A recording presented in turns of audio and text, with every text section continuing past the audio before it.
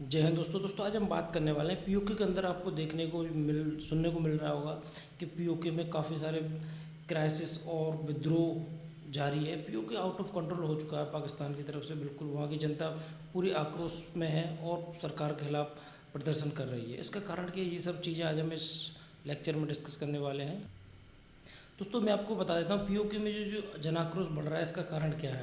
दोस्तों Pakistan occupied Kashmir PoK में लंबे समय से बिजली, बेरोजगारी, महंगाई और राजनीतिक अधिकारों को लेकर जनता की नाराज़गी बढ़ रही है। हालिया प्रदर्शनों को देखते हुए हज़ारों लोग सड़कों पर उतर रहे हैं, जहां पाकिस्तान सरकार और सेना के खिलाफ खुलकर नारेबाजी देखने को मिल रही है। दोस्तों कुछ स्थानीय संगठनों का आरोप है कि सुरक्षा बलों की कार्रवाई में कई लोगों की मौत हुई है और बहुत सारी गिरफ्तारियां भी देखने को मिली हैं। दोस्तों यह केवल आर्थिक आंदोलन नहीं है, बल्कि शासन और प्रतिनिधित्व और पहचान से जुड़ा एक व्यापक राजनीतिक संकट बन चुका है। पाकिस्तान की इससे स्थिति बहुत ज़्यादा कमज़ोर होती है और भारत के लिए ये अच्छी चीज़ है। और दोस्तों पीओके लंबे समय से पाकिस्तान की राष्ट्रीय सुरक्षा रणनीति का महत्वपूर्ण हिस्सा रहा है, लेकिन यदि स्थानीय जनता का असंतोष लगातार बढ़ता है तो इस्लामाबाद की आंतरिक स्थिति और कश्मीर नैरेटिव दोनों ही इससे पूरी तरह से प्रभावित होते हैं। और दोस्तों जनता द्वारा पाकिस्तान की सेना को खुली चुनौती दी गई है। पाकिस्तान की राजनीति में सेना का प्रभाव अत्यधिक मजबूत माना जाता है। वहाँ की पॉलिटिक्स में वहाँ की सेना पूरी तरह से इन्वॉल्व होती है। आप देख सकते हो वहाँ के पीएम जो होते हैं एक सेना की कठपुतली की तरह बनकर काम करते हैं। दोस्तों प्रदर्शनकारियों द्वारा सेना प्रमुख के खिलाफ नारेबाजी लगाना या असामान्य और महत्वपूर्ण राजनीतिक संकेत है।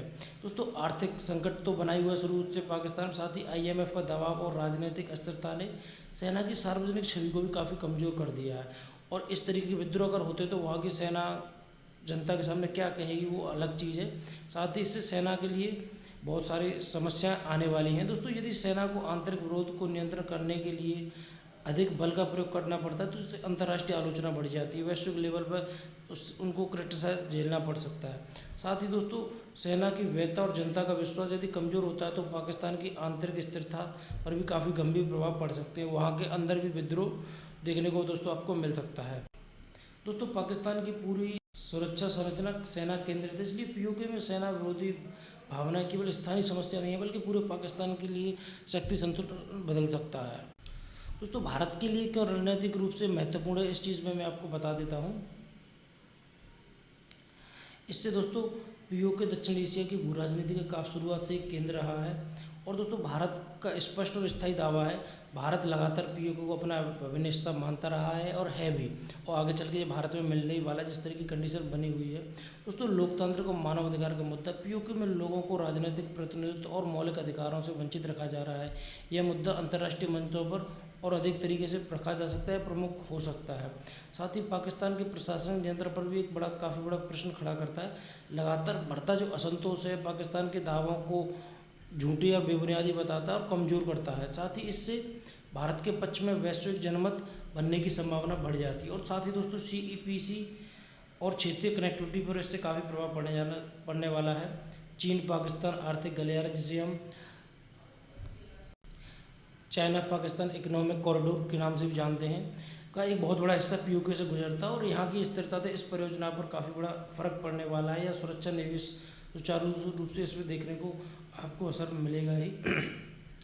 दोस्तों मैं आपको कुछ महत्वपूर्ण चीज़ें बता देता हूँ। दोस्तों भारत की उत्तर और पश्चिमी सुरक्षा के लिए ये काफ़ी महत्वपूर्ण रहा है शुरू से पीओके। चीन की बेल्ट एंड रोड इनिशिएटिव का भी ये काफ़ी महत्वपूर्ण हिस्सा रहा है। साथ ही मध्य एशिया का एक पहुँच का महत्वपूर्ण लैंड कॉरिडोर के रूप में भी ये बनकर उभरा है। दोस्तों क्षेत्रीय स्थिरता और आर्थिक कनेक्टिविटी का व्यापक प्रभाव पड़ता है इस सबसे।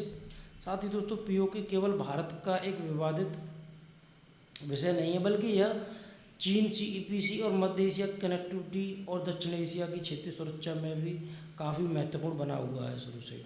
साथ ही दोस्तों भारत के लिए रणनीतिक हितों को बढ़ावा देता है। लेकिन दोस्तों चीन की निवेश और रणनीतिक परियोजनाओं पर सीधा असर इससे देखने को मिल जाता है। दोस्तों वर्तमान की स्थिति और संभावित भविष्य में क्या क्या हो सकता है उन चीज़ों में थोड़ा सा चर्चा कर लेते हैं। वर्तमान की स्थिति दोस्तों प्रदर्शन पूरी तरह से भी समाप्त नहीं हुए हैं, छोटे-मोटे विरोध जारी है और सुरक्षा बलों की तैनाती बढ़ाई गई है। साथ ही निगरानी पर भी प्रतिबंध कड़े किए गए हैं। कई राजनीतिक और सामाजिक समूह सरकार से बातचीत की मांग कर रहे हैं। दोस्तों बिजली, महंगाई, बेरोजगारी और विकास की कमी जैसी आर्थिक समस्या अभी भी बरकरार बनी हुई हैं। आगे आपको क्या क्या देखने को मिल सकता है दोस्तों? सरकार सीमित और आर्थिक राहत पैकेज कोई अनाउंस कर सकती है। साथ ही सुरक्षा कार्रवाई और गिरफ्तारियां बढ़ सकती हैं। राजनीतिक संवाद शुरू हो सकते हैं, और यदि मूल समस्याएं दोस्तों हल नहीं होती हैं तो आंदोलन और तेज हो सकता है और पाकिस्तान के लिए समस्याएं बढ़ सकती हैं। दोस्तों पीओके का संकट केवल कानूनी व्यवस्था का मुद्दा नहीं, बल्कि आर्थिक असंतोष, राजनीतिक प्रतिरोध और सैन्य प्रभाव और दक्षिण एशिया की जियोपॉलिटिक्स के लिए जटिल मेल का परिणाम है। आने वाले महीनों में यह क्षेत्र भारत पाकिस्तान संबंधों और क्षेत्रीय राजनीति के समीकरण को महत्वपूर्ण तरीके से प्रभावित करेगा। दोस्तों इस तरह की इन्फॉर्मेटिव वीडियो देखने के लिए आप हमारे साथ बने रहें। आप देख रहे हैं ट्रुथलैंड। ऐसे ही चर्चित और ट्रेंडिंग टॉपिक्स को देखने के लिए, समझने के लिए आप हमारे साथ बने रहें। धन्यवाद।